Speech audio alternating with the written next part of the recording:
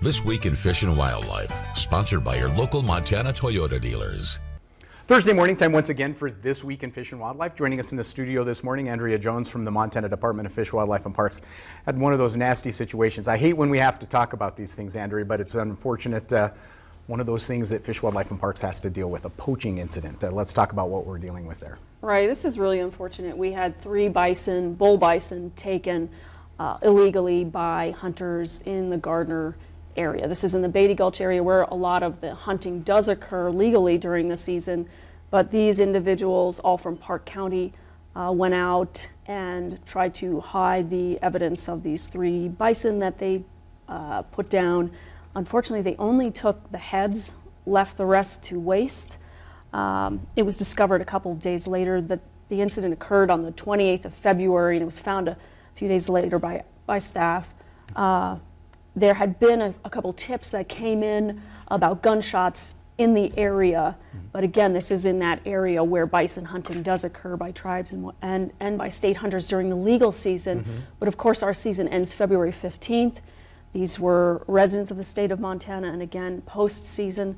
So they did plead guilty this week on Tuesday in Justice Court and were sentenced for unlawful possession, waste of game, and hunting out of season or hunting during a closed season. So fines and restitution in the amount of around $2,600 apiece, and their privilege for hunting, trapping, and fishing has been suspended for 54 months, which some people say is light, but for us, we don't control that part of the process. There's a reason for all the work you do, how many tags are issued and all of those kind of things, and this just, it's just a black eye on some of that stuff, isn't it? Well, of course, anytime a hunter does something wrong, it kind of casts a light across all hunters. And this is a special case, of course, because we are in coordination with a number of tribes, and we're on a small landscape hunting during this during the real hunt season. To have something like this happen, it's really unfortunate. One of the other things that was kind of interesting about this case was the use of an FWP canine in order to help track down some of the evidence. So as part of a pilot project toward using canines, we don't have much use of them in FWP enforcement, but this case might not have been solved had it not have been for this canine Kika, who was able to locate some of the evidence that helped lead our folks to the people responsible.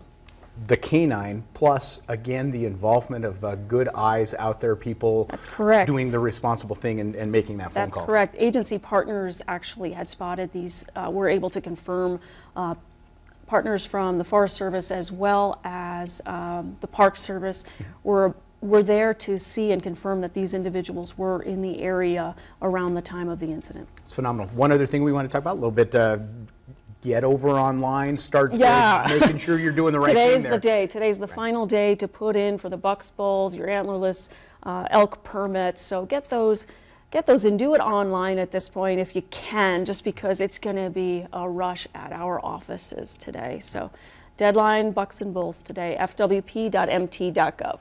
Perfect. Andrea Jones from the Montana Department of Fish, Wildlife and Parks.